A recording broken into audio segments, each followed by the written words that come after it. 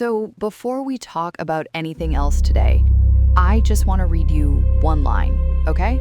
Just one. Time of death, 11:30 p.m. That's it. That's the whole sentence. And I don't know, when you hear that, it sounds final, right? Like something you're not supposed to touch, or question, or doubt. Yeah, because numbers feel confident. They feel like facts.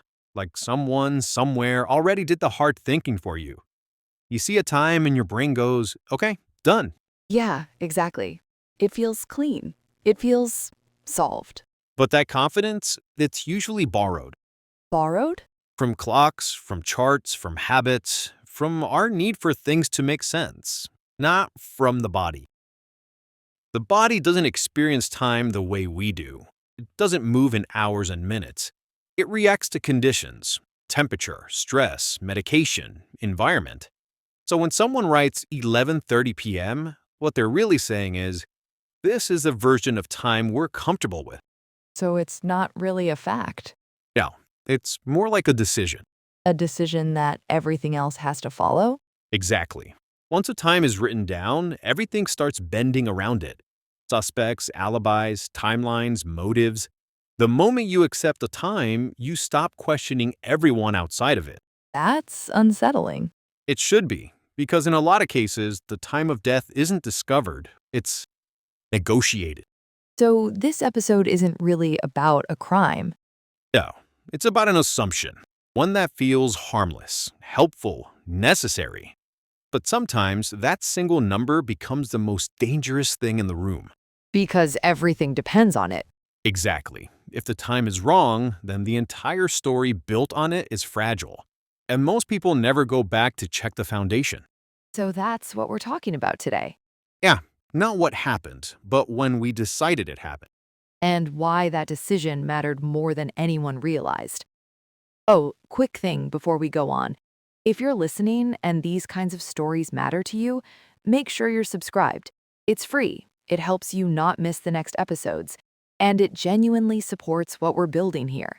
Because these stories, they don't move fast, and they don't repeat themselves. And once you hear them, they don't really leave. So, let's start.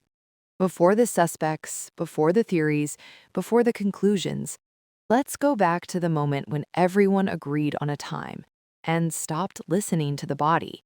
Because the body never agreed. It just waited. I'm Alex, and this is The Dead Don't Lie. I am Dr. Elias Morven, and I listen to what the reports miss. This is episode 3, and it starts with a number that felt too comfortable to question. So, when people hear time of death, they usually imagine something precise, like a measurement, like someone checked a watch, like the body itself somehow announced it. But that's not really how it works, is it? No, not at all. People think time of death is a fact. It isn't. It's an estimate that slowly gets treated like a truth. And once that happens, it becomes dangerous. Why dangerous? Because it feels objective, scientific, neutral. People trust numbers more than they trust people. If I say, she died late that night, that sounds vague. But if I say 11:30 p.m., your brain relaxes. It feels like someone did the work. Like it's settled. Exactly. That's the word, settled. And once something feels settled, people stop touching it. They stop questioning it. They stop looking at it. They build around it, like a house on a foundation.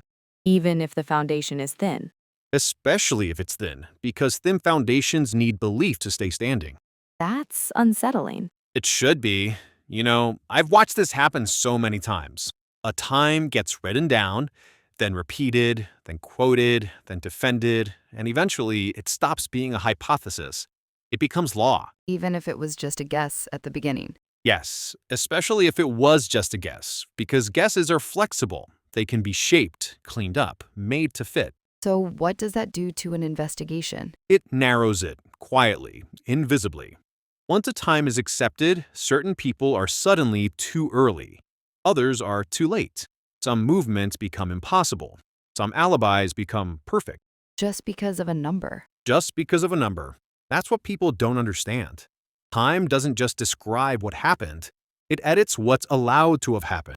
That's heavy. It is, and it's rarely intentional. Nobody wakes up and says, let's protect someone today.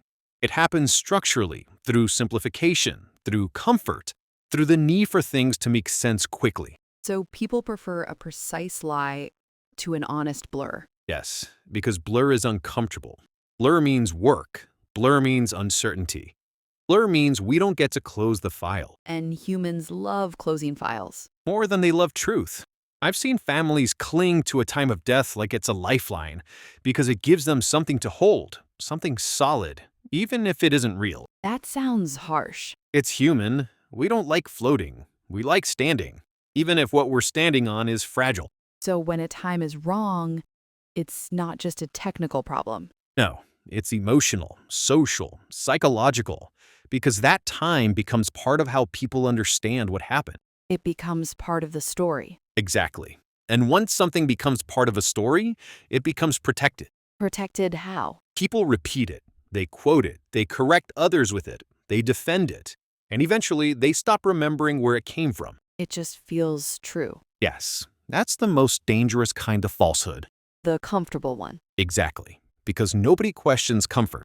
So in this case, the time arrived early. Very early, before most questions were even asked.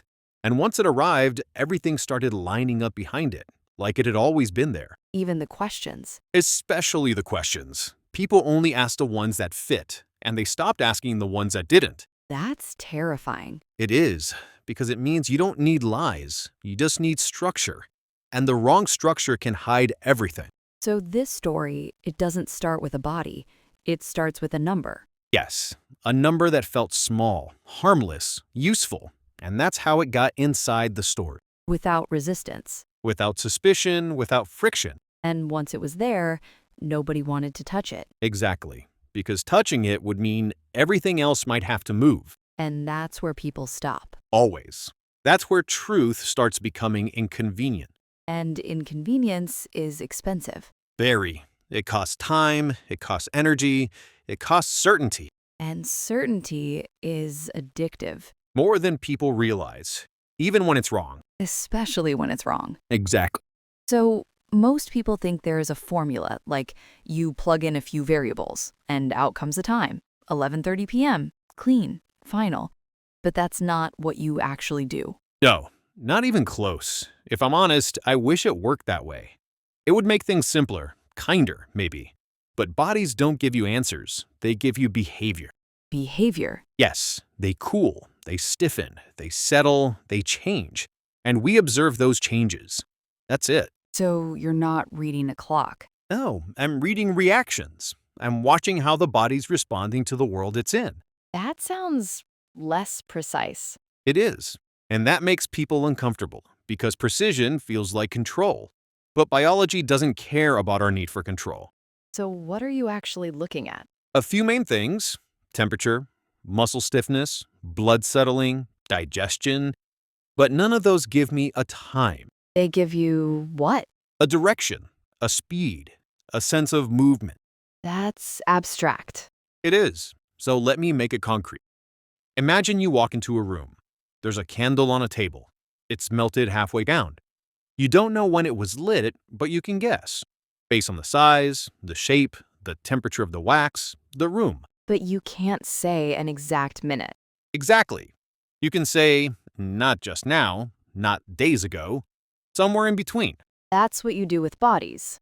Yes, except it's more complicated. Because bodies aren't candles.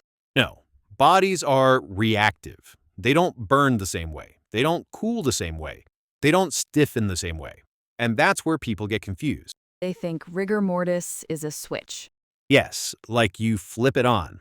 It isn't. It creeps, slowly, unevenly, sometimes fast, sometimes late, sometimes interrupted. Interrupted how? By temperature, by exertion before death, by stress, by substances, by illness, by body composition. So two people dying at the same time can look like they died at different times. Exactly. That happens more than people realize. And temperature? Same story. A body cools, but not like a machine. Wind changes it. Clothing changes it. Water changes it. The floor changes it. The size of the person changes it. So when people say the body was cold, that doesn't mean much. Not without context. Cold compared to what? Cold how? Cold where? Cold for how long? And lividity? That's gravity. Blood settles. It leaves marks, patterns. But those patterns depend on position, pressure, and whether the body was moved. So if a body's moved, that changes the story. Completely. Lividity can lie. Or tell a different truth. Exactly. And then there's digestion. The famous last meal. Yes, that one gets romanticized. People think you can look at a stomach and say, 9:17 p.m. No, digestion depends on stress, on metabolism, on what was eaten, how fast, and what happened after. So none of this is a clock. No, it's more like weather. Weather. Yes, you can feel that it's late afternoon, but you can't say it's 4:38. That's a good metaphor. Bodies are landscapes, not watches. So when people hear time of death, 11:30 p.m., what they imagine isn't what actually happened. No, what actually happened was someone looked at a range and collapsed it. Into a point. Yes, because points feel safer than ranges. Why? Because ranges admit uncertainty, and people don't like uncertainty. They want answers. They want closure. They want the file to stop talking. So the range becomes a dot. Yes, and once it's a dot, it becomes powerful. It anchors everything, Even if it shouldn't. especially if it shouldn't. So when you say the time of death was wrong, you don't mean someone messed up. No, I mean someone compressed something that shouldn't be compressed. They simplified something that shouldn't be simple. And that simplification changes everything. Everything. Who could be there? Who couldn't? What could have happened? What couldn't? So the time is never just about time. No, it's about permission. Permission. Permission for certain stories to exist and others to disappear. That's terrifying. It should be, because most of the time, nobody notices it happening. It just feels right. Until it doesn't. Exactly. So here's the part people almost never think about. They imagine time as neutral, like a ruler or a clock on the wall, something that moves the same way for everyone, everywhere. Yeah, but the body doesn't experience time like that. It never has. Biological time isn't uniform. It stretches, it compresses, it speeds up, it slows down, all depending on conditions. So when we say 2 hours later, that doesn't mean the same thing for every body. Not even close. Let me put it this way. Imagine two identical phones, same model, same battery, same software. You leave one in the snow, you leave the other in the sun. After 2 hours, they're not in the same state anymore. Even though the clock says they are. Exactly. Time passed, but it didn't act the same way. And bodies are like that. More than people realize. A body in cold moves through death slowly. Chemical reactions slow down. Enzymes slow down. Stiffness takes longer. Decomposition takes longer. And heat? Does the opposite. It accelerates everything. Muscles stiffen faster. Cells break down faster. Bacteria multiply faster. Time gets loud. Loud? Yeah, everything happens faster, more aggressively, more visibly. And stress? Stress rewrites the timeline completely. When someone is under extreme stress, their body is flooded with chemicals, adrenaline, cortisol.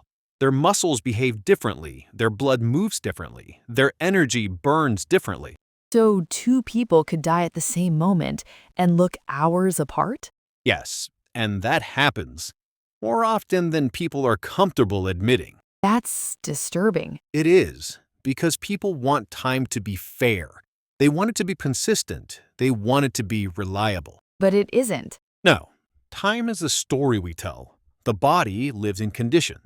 That feels important. It is, because when people say, but it's been 3 hours, what they really mean is 3 hours for me. Not for the body. Exactly. For the body, time is not a number. It's a reaction, a response, a pattern. So when we force it into hours and minutes, we're translating. Yes, and every translation loses something. What do we lose here? Nuance, variation, possibility. Meaning, If you say, she died at 11:30, you're pretending the body was living inside a clock. It wasn't. It was living inside a room, a temperature, a chemical environment, a state of stress or calm, a physical position. that's a completely different frame Yes, and frames matter. because they shape what we see. Exactly. The clock frame is simple. The condition frame is complex. And people prefer simple. Always. Simplicity feels like understanding, even when it isn't. So when investigators hear 11:30, they imagine a moment. Yes, a dot on a timeline. But what they should be imagining is a field, A field? a range of biological behavior, a zone, not a point. That's much harder to visualize. Exactly. And what's hard to visualize gets ignored. So when people say the body said 11:30, that's not true No, the body never said a number. People gave it one. because numbers feel safe, They do. Numbers feel final. They feel like control, even when they're built on uncertainty. especially then. So in this case, the problem wasn't just the time. No. The problem was the assumption that time meant the same thing to everyone, Including the body. especially the body. But it didn't. No, and it never does. So from the very beginning, the story was already misaligned. Yes, subtly, quietly, but fundamentally, And people didn't notice. because they weren't listening for it. They were listening for answers. Exactly. Bodies don't give answers, they give patterns. And patterns require patience. Yes, and patience is not something investigations are built for. They're built for closure, Always. And closure wants clocks. not conditions. Exactly. And that's where the tension begins. So, up until now, everything we've talked about sounds like a mistake, a limit, an imperfection. Like something unfortunate but harmless. Yeah, and that's the part people are comfortable with, because mistakes feel neutral. Nobody's guilty, nobody's responsible, it's just unfortunate. But that's not really true, is it? No, because once you lock in the wrong time, it doesn't just confuse things, it rearranges them. Rearranges what? People, possibilities, access, opportunity. So the timeline becomes a filter. Exactly. A filter that decides who exists in the story and who doesn't. That feels powerful It is, and that's why it's dangerous. because people trust time, Yes, they don't question it, they don't suspect it, they build on it, like it's solid. even when it isn't. So when someone says she died at 11:30, that doesn't just describe a moment. No, it creates a box, A box? temporal box. Everything has to fit inside it. And if it doesn't, It gets cut off, not considered, not explored. people become impossible, Yes, entire versions of reality become not viable, even if they are. especially if they are. That's terrifying. It should be, because time doesn't just describe events, it authorizes them. Explain that. If you say she died at 11:30, then anyone who was somewhere else at 11:30 becomes safe. Automatically, Automatically. No questions, no friction. even if they were there at 12:10. Exactly. Or 12:20, or 1 o'clock. So a wrong hour can create a perfect alibi, Yes, without anyone having to lie. just because of structure. Exactly. And that's the part people miss. Protection doesn't always come from intention. Sometimes it comes from architecture. From the way the story is built. Yes, from the way the timeline is framed. So the wrong time doesn't accuse someone, it erases them Yes, or protects them. without trying, Without trying. That's what makes it so dangerous. because nobody feels responsible. Exactly. Everyone can say, we followed the report, we followed the timeline, we followed the facts. Even if the foundation was wrong. Especially if the foundation was wrong. So in this case, when the time was set, something else happened. Yes, doors closed. Which doors?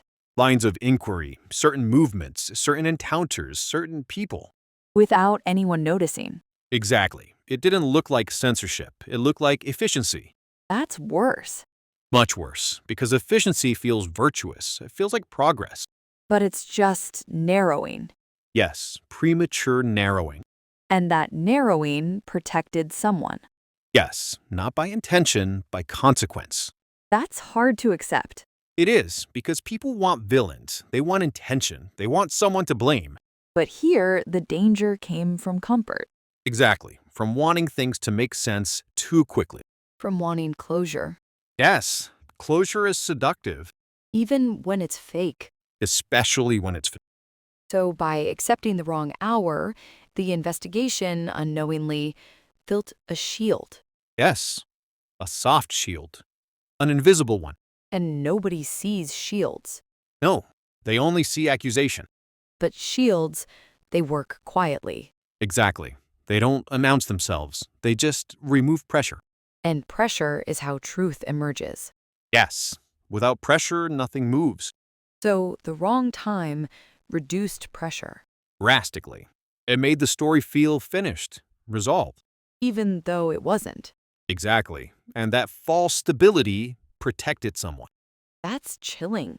It should be, because it means no one had to lie. No one had to interfere. No one had to manipulate. The system did it on its own. Yes, by simplifying, by closing, by preferring comfort over friction. So, the wrong hour became a silent alibi. Exactly. Built into the narrative. And once it's there, it's very hard to remove, Almost impossible, because removing it means reopening everything. which people hate, Always. Systems don't like reopening. They like stabilizing. even if it means stabilizing a lie. Especially if it means stabilizing a lie. So, when the body contradicted the timeline, that wasn't just science. No, that was a threat. To what? To the structure, to the comfort, to the version everyone had already accepted. Because now someone might not fit where they were placed. Exactly. And that's dangerous. For who? For everyone. Because once you admit the time is wrong, you don't just change a number. You move responsibility. You move suspicion. You move meaning. That's huge. It is. And people don't like huge changes. They like small ones. Or none. So instead, they defend the time. Yes, they protect it. They say it's close enough. It's within margin. It doesn't matter. But it does. Yes, it matters more than almost anything else. Because time is the spine of a story. Exactly. And if the spine is crooked, everything lean, Quietly. invisibly. Until it collapses. Yes, or until someone notices. And in this case, the body was the only thing refusing to bend. Exactly. It kept saying, this doesn't fit. This doesn't fit. This doesn't fit. But nobody wanted to hear that. Not yet, because hearing it means changing everything. And that's the real danger. Always. Not violence, not chaos, revision. Because revision costs. It does. Emotionally, socially, institutionally. And not everyone is willing to pay. Most aren't. So the wrong hour wasn't just a mistake. No, it was a shield. And the body was trying to lower it. Quietly, patiently, the way bodies always do. So at this point, something strange had happened. The story was already formed. Not officially, but emotionally. Yeah, that's always the first version, not the one on paper, the one in people's heads. The one they repeat. The one they tell each other. The one that starts to feel real. Exactly. And once a story settles like that, it becomes heavy. Heavy how? Hard to move, hard to touch, hard to chain, Even if it's wrong. especially if it's wrong. Because people have already built emotions around it. Yes, grief, relief, explanations, blame. So the story becomes useful. Very. It gives shape to confusion. It gives direction to pain. It gives people somewhere to stand, Even if it's unstable. even if it's a lie. And then the body arrives. Yes. And the body doesn't care about usefulness. It doesn't care about emotional architecture. It doesn't care about comfort. It just is. Exactly. The body doesn't participate in stories. It doesn't know what it's supposed to mean. It only knows what happened to it. Which makes it inconvenient. Very. Because stories want speed, bodies want accuracy. And accuracy is slow Always. Slow, messy, unsatisfying. because it doesn't resolve things. No, it complicates them. So, what did the body do here? It refused to match the story. In what way? In small ways. Always small ways. That's how bodies speak. They don't shout, they whisper. What kind of whispers? Patterns that don't align, processes that lag, reactions that don't complete, tensions that should be there and aren't. Those aren't dramatic. Now, that's the problem. People only listen for drama. Bodies never perform. So, what happens when a body doesn't fit the story? People try to make it fit. How? By explaining, by smoothing, by minimizing, by calling it noise. Not evidence. Exactly. Outlier, anomaly, margin of error. Because those words feel safer. Yes, they don't threaten the story. And the story is already doing emotional work. A lot of work. It's organizing grief. It's giving people something to hold. Taking that away feels cruel, Even if it's false. especially if it's false. So the body, it becomes an obstacle. Yes, a disruption, a problem. That feels backward. It is, but it's very human. When truth threatens meaning, people defend meaning.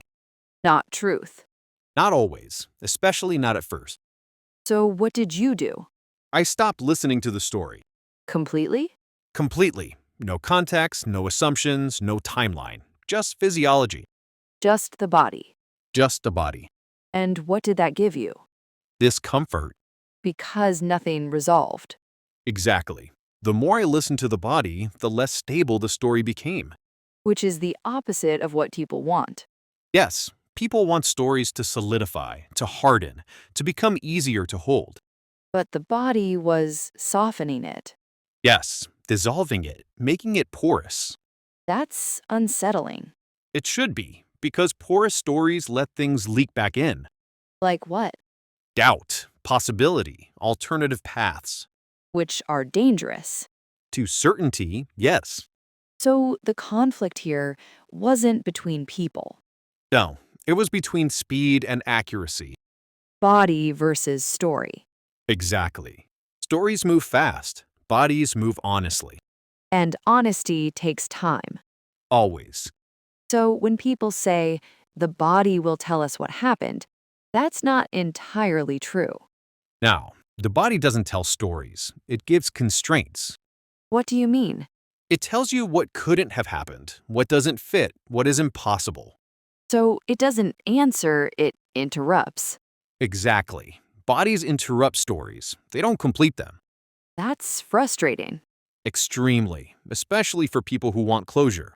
And most people do, Yes, closure feels like safety, even if it's fake. especially if it's fake. So the body, it doesn't cooperate No, it resists, quietly, repeatedly. until you can't ignore it. Exactly. That's its power. It doesn't need to convince, it just needs to remain. And that remaining builds pressure. Yes, like water behind the dam. And eventually, something cracks. Always, it might take days, weeks, years. But it happens. Because stories need coherence. Bodies don't. So the body keeps its version, Yes, it's physics, it's chemistry, it's timing. even if no one wants to hear it. Especially then.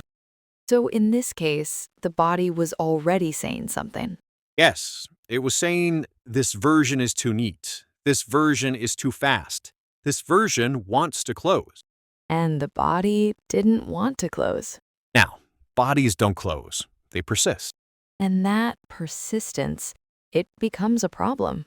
For stories, yes. But for truth, it's necessary. Exactly. Truth isn't helpful. It's accurate. And accuracy doesn't care about comfort. Now, it only cares about coherence. So when people say, why can't we just move on? Because the body hasn't. That's chilling. It should be, because it means stories end, bodies don't. They wait. Always. And waiting is a kind of power. It is. It outlasts denial. It outlasts convenience. It outlasts narrative.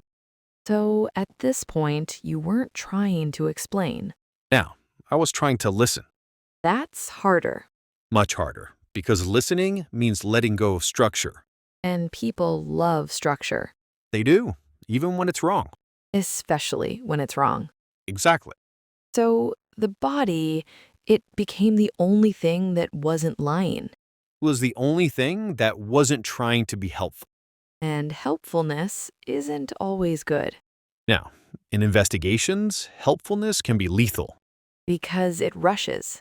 Yes, and rushing is how truth gets lost. So the body, it slowed everything down. Exactly, whether people wanted it to or not. And that's when the real tension started. Yes, because now there were two stories, The official one, and the one the body was telling. and they didn't match. Not even close. And when two stories don't match, something has to give. Always. And this time, it wasn't going to be the body. Ever. So there's always a moment, right? Not a big one, not dramatic, not cinematic, but a small one. Yeah, the kind people usually miss. The kind that doesn't announce itself. Exactly. It just sits there And you don't know yet that it matters. until it does. So what was that moment here? Honestly, it was boring. Boring? Yeah, that's what makes it dangerous. If it had been dramatic, people would have paid attention. But it wasn't. It was a delay. A delay In what? in the body, in the processes, in the progression. That sounds vague. It always does at first. That's how these things hide. So explain it to me. Okay, by the official timeline, she should have been further along. Further along how? Cooling, stiffening, settling. All the things people expect. And she wasn't. No, not enough. Not dramatically, but enough. Enough to make you uncomfortable. Exactly. Enough that I couldn't ignore it. Couldn't you just say Condition. conditions were unusual? That's always a temptation. You can explain almost anything if you want to. But you didn't. No, because once you start bending the body to fit the story, you've already chosen the story. So you stopped choosing. I tried. And What did you do?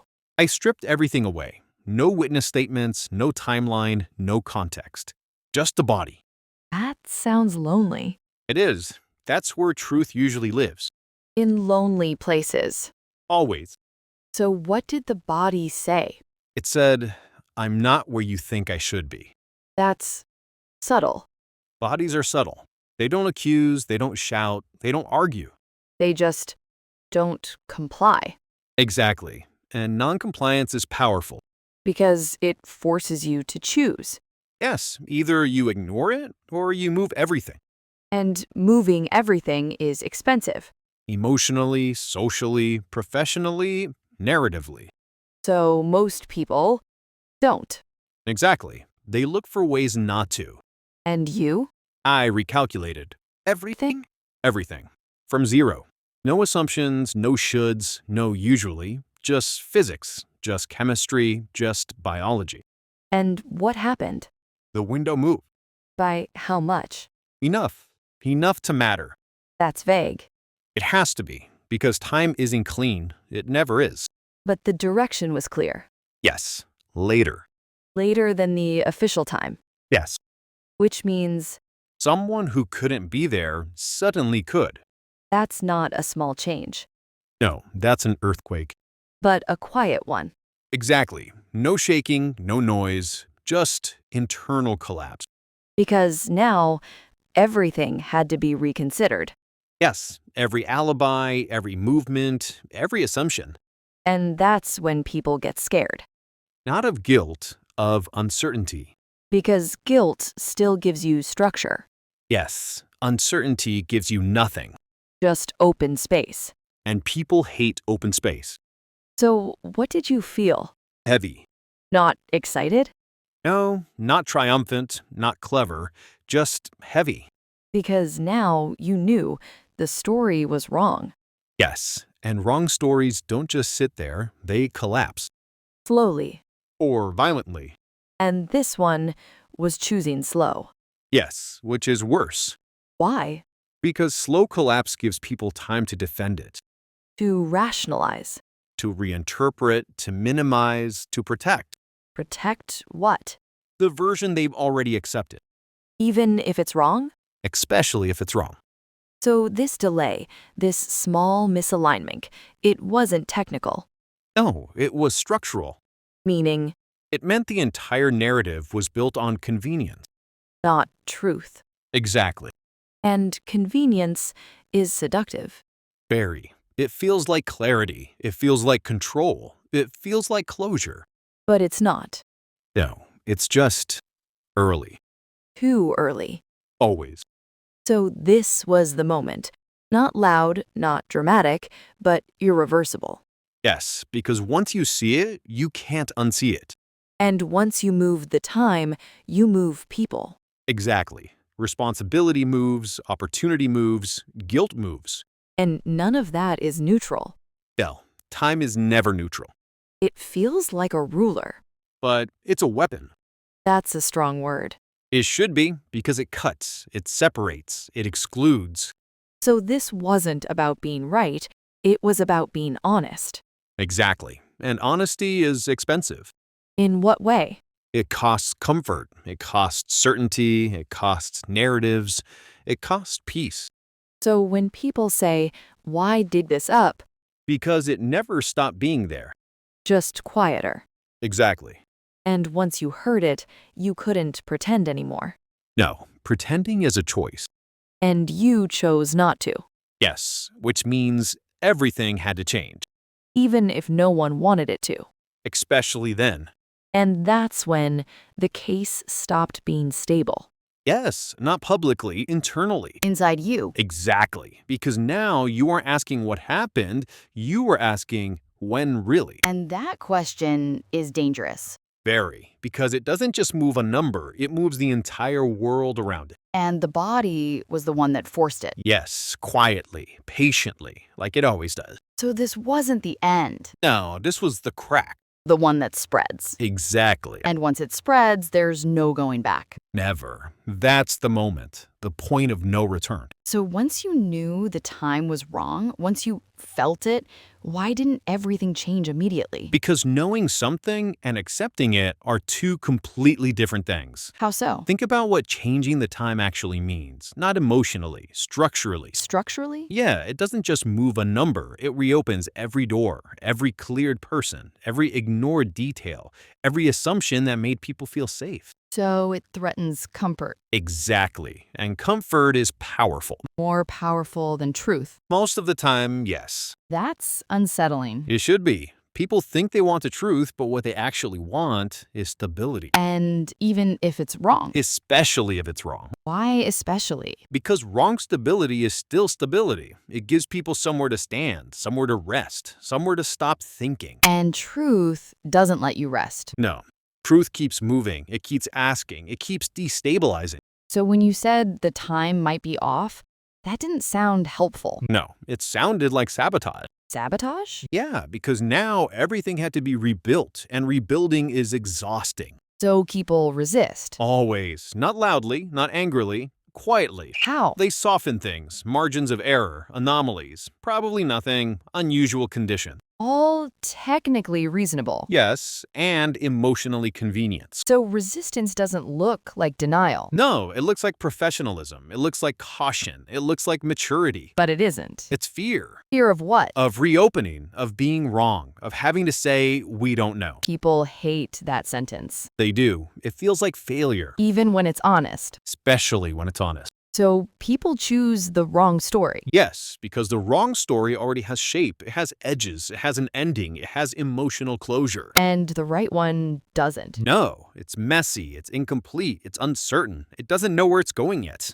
That's scary. Terrifying, because humans like destinations, they don't like wandering. So when the time was challenged, it wasn't just a scientific issue. No, it was psychological, emotional, existential. That sounds dramatic. It is, but quietly, which is worse. Why? Because quiet drama is invisible. It doesn't trigger alarms. It doesn't look like conflict. It looks like normalcy. So people just keep going. Yes, they keep telling the same story. They keep using the same number. They keep building on the same foundation, Even when it's cracked. especially when it's cracked. Because fixing it would mean admitting something. Yes, that they chose comfort over accuracy. That hurts. More than being wrong. So sometimes people don't resist the truth.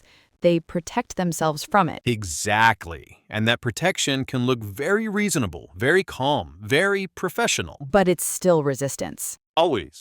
And the body doesn't care about any of this. No, the body doesn't negotiate. It doesn't adapt. It doesn't compromise. It just stays. Exactly. With its version, with its timings, with its quiet contradiction. And that makes people uncomfortable.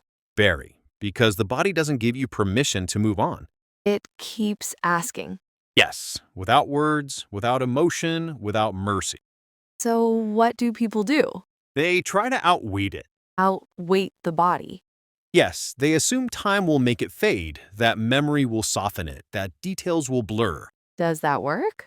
Sometimes, for stories, But not for bodies. never for body.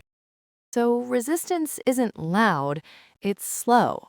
Yes, it's a refusal to move, a refusal to reopen, a refusal to refeel. And that is what you were fighting. Yes, not people, inertia. The hardest thing to move. Always. So this wasn't a battle, it was a standoff. Exactly, between comfort and accuracy. And comfort usually wins. Until it can't. Because the body keeps waiting. Yes, and waiting is powerful Why? because it outlasts denial. So people weren't evil, they were tired. Yes, and tired people don't want truth. They want rest. And rest can be dangerous. Very, when it comes to early, So this case didn't resist loudly, no, it resisted quietly, through discomfort, through delays, through little mismatches. and the body was the only one insisting. Exactly, without words, without emotion, without urgency. Just presence. Yes, and presence is hard to argue with. So the real conflict wasn't about facts. No, it was about willingness. Willingness to what? To not know, to reopen, to destabilize, to sit in uncertainty. And most people aren't willing. No, they'd rather be wrong than be unsure. That's haunting. It should be, because that's how wrong stories survive, Not by convincing. but by comforting. And the body doesn't comfort, No, it just tells, even if no one wants to hear. especially then. So this was the emotional center, not science. Yes, psychology. Fear And fatigue. and habit. Exactly. So when you challenged the time, you weren't just moving a number. No, I was asking people to feel again. And that's exhausting. Yes, that's why people avoid it. So the case didn't stall, it resisted. Exactly, like a body does. Quietly, Patiently. relentlessly. Yes, and that's when I realized this wasn't about solving. It was about enduring. Exactly. Enduring what? The truth. Without closure. Without comfort. Without neatness. Yes, that's the real cost. And most people don't want to pay it. No, but bodies don't care. They just keep waiting. Always. So even when people stop looking, even when they move on, the body doesn't. No, that's the thing people misunderstand. They think time erases, but it doesn't. It just covers. Exactly. It adds layers, new stories, new assumptions, new routines. But underneath, the original shape is still there. Always. The body doesn't rewrite itself. It doesn't reinterpret. It doesn't forgive. What do you mean by forgive? Humans forgive. We soften edges. We reinterpret memories. We decide that certain things don't matter anymore. Bodies don't. They don't decide. No, they just keep their record. Even when no one is listening. Especially then. That sounds almost cruel. It's not cruel, it's neutral. And neutrality is terrifying. Why? Because it doesn't care about intention, or effort, or regret. It only cares about what happened. Exactly. What actually happened. So if the time was wrong, that error doesn't fade, No, it just becomes quieter. like background noise. Yes, until someone notices it again. And when they do, it's still there. Exactly. Untouched, unchanged, patient. That's unsettling. It should be, because it means mistakes don't die. They wait. For what? For pressure, for contradiction, for time. Time again. Always time. The one thing people think they understand. And don't. Not even close. So what does the body keep exactly? Everything. Temperature curves, muscle states, chemical changes, gravity marks, patterns of tension. Like a memory. But not like ours. It doesn't blur. It doesn't dramatize. It doesn't reinterpret. It just stays. That sounds impossible. It isn't. That's how matter works. So the body becomes a kind of witness. Yes, but not a talking one, a physical one. And physical witnesses don't get tired. No, they don't get bored. They don't move on. They don't need closure. Exactly. Closure is a human need, not a physical one. So when people say, it's been so long, does it still matter? To the body, time is irrelevant. Because it still holds the same shape? Yes, the same contradictions, the same resistance, the same quiet refusal. Refusal to what? To be rewritten, to be simplified, to be made convenient.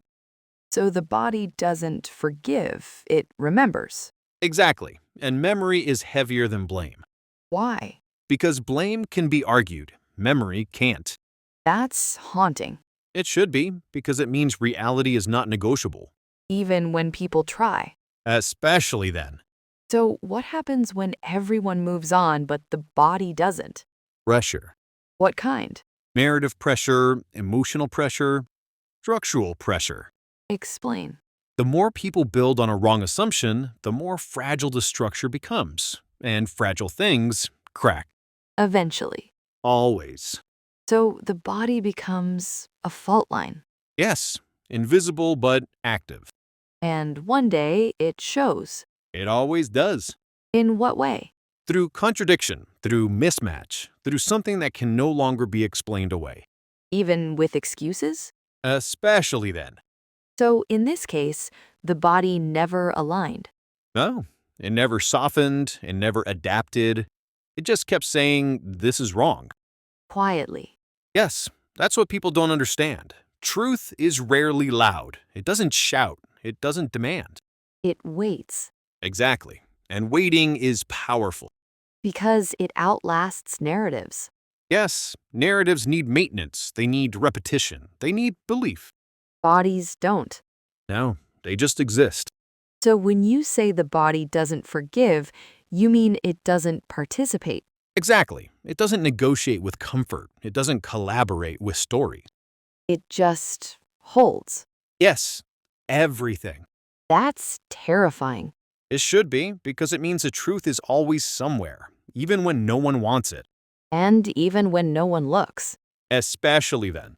So when people say we'll never really know, that's not always true.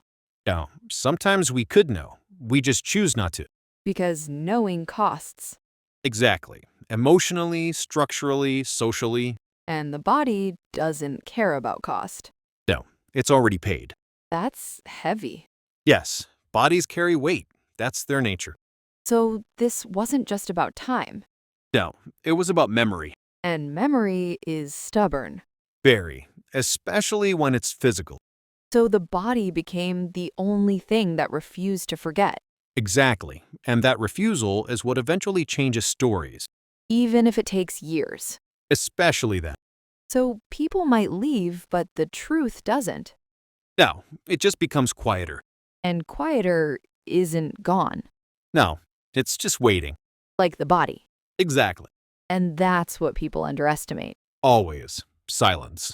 Because silence feels empty. But it's not. It's full. Full of what? Of everything that wasn't resolved. So this case never really closed. No, it just became quiet. And quiet stories are the most dangerous, Because they feel done. even when they aren't. Exactly. And the body never pretends. No, that's its power. It doesn't perform closure. It just keeps its record. Whether anyone likes it or not. Yes, especially then. So, at some point, people started asking for an ending. Not answers, an ending. Yeah, that's the part most people confuse. They don't really want to know what happened. They want something that feels finished. Period at the end of the sentence. Exactly. A door they can close. A shape they can put on it. Even if the shape is wrong. Especially if it's wrong. Why especially? Because wrong shapes are usually simpler, cleaner, easier to hold. Truth isn't. No, truth is awkward. It doesn't fit nicely. It leaves things open. It doesn't give you a place to rest. Exactly. It keeps you standing. That's exhausting. Very. Which is why people resist it. So, when you said the time is wrong, that didn't feel like progress. No. It felt like undoing. Undoing what? The story, the comfort, the version everyone had already made peace with. Even if it wasn't true. Even if it wasn't true. So, what happens when a story loses its ending? People get nervous. They start asking questions that aren't really questions. Like what? So, what do we believe now? What are we supposed to think? What do we tell people? They're not asking for truth. No. They're asking for stability. And you couldn't give them that. No. Because stability wasn't honest anymore. So the story just stayed open. Yes. And that makes people uncomfortable. Why is openness so hard? Because it feels like failure. Like you didn't do your job. Like something is missing. But sometimes nothing is missing. Exactly. Sometimes the absence is the truth. That's counterintuitive. Most true things are. So there was no dramatic reveal. No. No confession, no sudden clarity, just erosion. Erosion? Of certainty, of confidence, of the original version. It just softened. Yes, like a sculpture in the rain. Still there, But changed. less sharp, Less convincing. less final. Exactly. And that bothered people. A lot, because people don't like soft endings. They like strong ones, loud ones, clear ones. This wasn't any of that.